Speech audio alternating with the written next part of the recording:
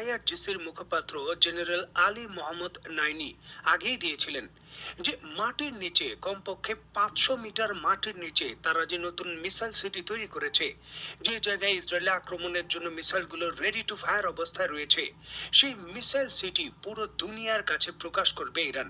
আগেই ঘোষণা দিয়েছিল যে ইরানের সক্ষমতা আসলে কোন জায়গায় গিয়ে পৌঁছেছে পশ্চিমা বিশ্ব এবং যুক্তরাষ্ট্র এ থেকে কিছুটা হলেও ধারণা নিতে পারবে এবং ইরানে আক্রমণ করার ক্ষেত্রে তারা আরো 10 বার ভাববে। যে হোক, অবশেষে ইরানের রাষ্ট্রায়ত্ত টেলিভিশন মেহের নিউজ এজেন্সি সেই কাঙ্ক্ষিত ভিডিও ফুটেজ প্রকাশ করেছে। স্ক্রিনে বর্তমানে আপনারা সেই ভিডিওটি দেখছেন। আগামী 5 মিনিট ধরে ইরানের যে মাটির নিচে মিসাইল সিটি রয়েছে তার ভিডিও আপনারা দেখবেন।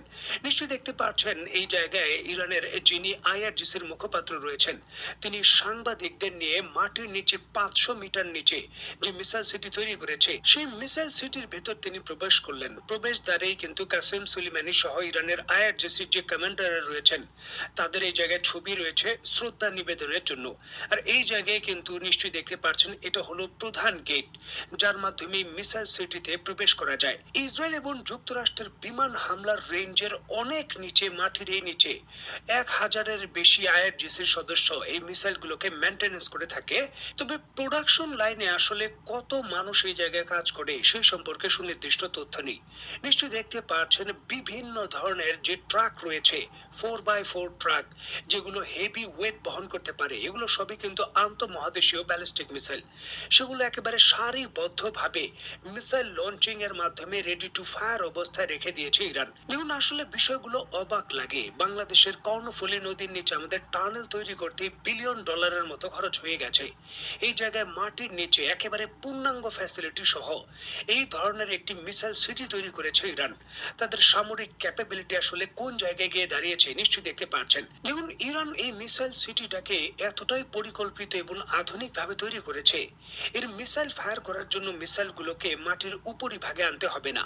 নিশ্চয়ই দেখতে পাচ্ছেন মাটির নিচ থেকেই কিন্তু মিসাইলগুলোকে ফায়ার করা যায়। ঠিক যেইভাবে সাবমেরিনগুলো সমুদ্রে ডুব দিয়ে সমুদ্রের পানির নিচ থেকে মিসাইল ফায়ার করে, ঠিক সেইভাবে এই মিসাইল সিটি থেকে মাটির নিচ থেকে কিন্তু মিসাইলগুলো ফায়ার করা যাবে।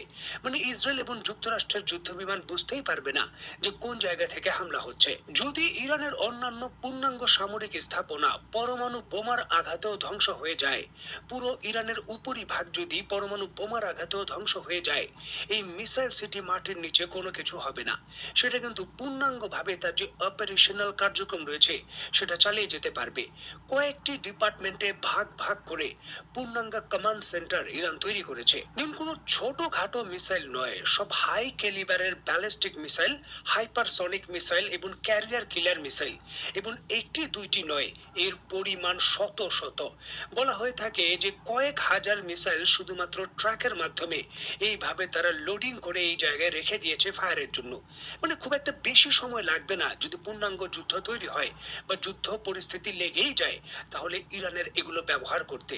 ইরানের ক্যাপাবিলিটি কোনো এখন ফাঁকা গুলি নয়। নিশ্চয়ই আপনারা দেখতে পাচ্ছেন মাটির 500 মিটার নিচে এই জায়গায় জিপ গাড়ি দিয়ে এই মিসাইলের যে স্টক রয়েছে, যে গোডাউন রয়েছে, সেখানে ঘুরে বেড়াচ্ছেন আইআরজিসির মুখপাত্র এবং তার সঙ্গে ইরানের সাংবাদিকরা তার পূর্ণাঙ্গ ভিডিও করে সেটা বিশ্ববাসীকে দেখাচ্ছে যে ইরানের সক্ষমতাকে নিয়ে এখন সন্দেহ করার কোনো জায়গা নেই। নিশ্চয়ই দেখতে পাচ্ছেন মিসাইল সিটি যে কনফারেন্স সেন্টার রয়েছে সেখানে আইআরজিসির প্রধান ইরানের ইসলামী বিপ্লবী গার্ডের যে সদস্য রয়েছেন তাদের উদ্দেশ্যে বক্তব্য দিচ্ছেন। ফার্সি ভাষায় বক্তব্যটি হওয়ার কারণে আমি এই জায়গায় সাউন্ডটি ব্যবহার করলাম না।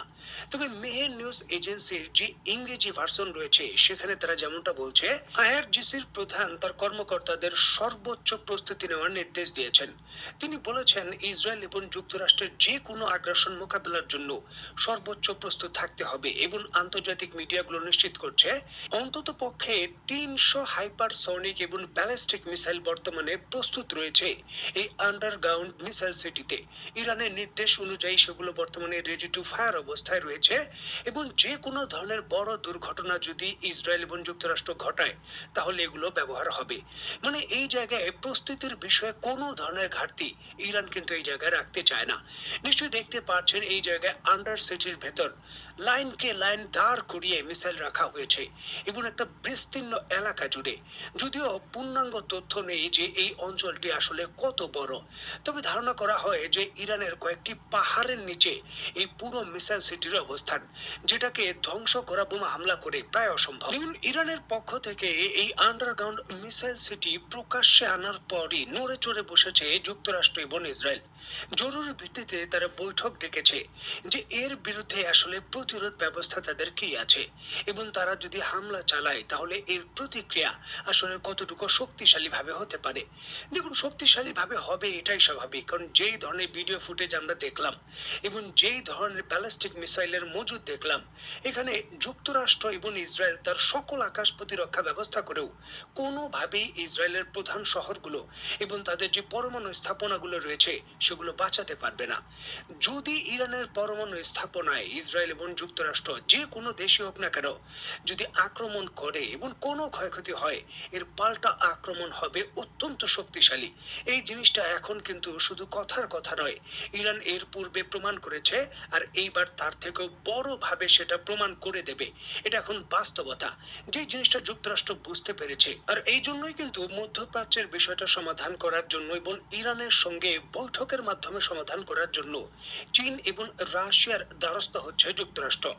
নজিরবিহীনভাবে ডোনাল্ড ট্রাম্প ক্ষমতা গ্রহণের পূর্বেই বা ক্ষমতা গ্রহণের সাথে সাথেই মিস্টার পুতিনের সঙ্গে, রাশিয়ার প্রেসিডেন্ট মিস্টার পুতিনের সঙ্গে বৈঠক করতে যাচ্ছেন এবং এই ঘোষণা স্বয়ং ডোনাল্ড ট্রাম্প নিজে দিয়েছেন। যুক্তরাষ্ট্রের ভেতর ডোনাল্ড ট্রাম্পের যে নিজস্ব বাসভবন রয়েছে, সেখানে সাংবাদিকদের সঙ্গে আলাপকালে ডোনাল্ড ট্রাম্প তার বক্তব্যে দাবি করেন যে ইউক্রেনের যুদ্ধ সমাধান করার জন্য এবং মধ্যপ্রাচ্যে একটা স্থিতিশীল পরিস্থিতি দাঁড় করানোর জন্য তিনি পুতিনের সঙ্গে বৈঠক করতে যাচ্ছেন এবং এই বৈঠকটি করার জন্য বর্তমানে জোরে সোরে আয়োজন চলছে, এমনটা হলো ডোনাল্ড ট্রাম্পের দাবি।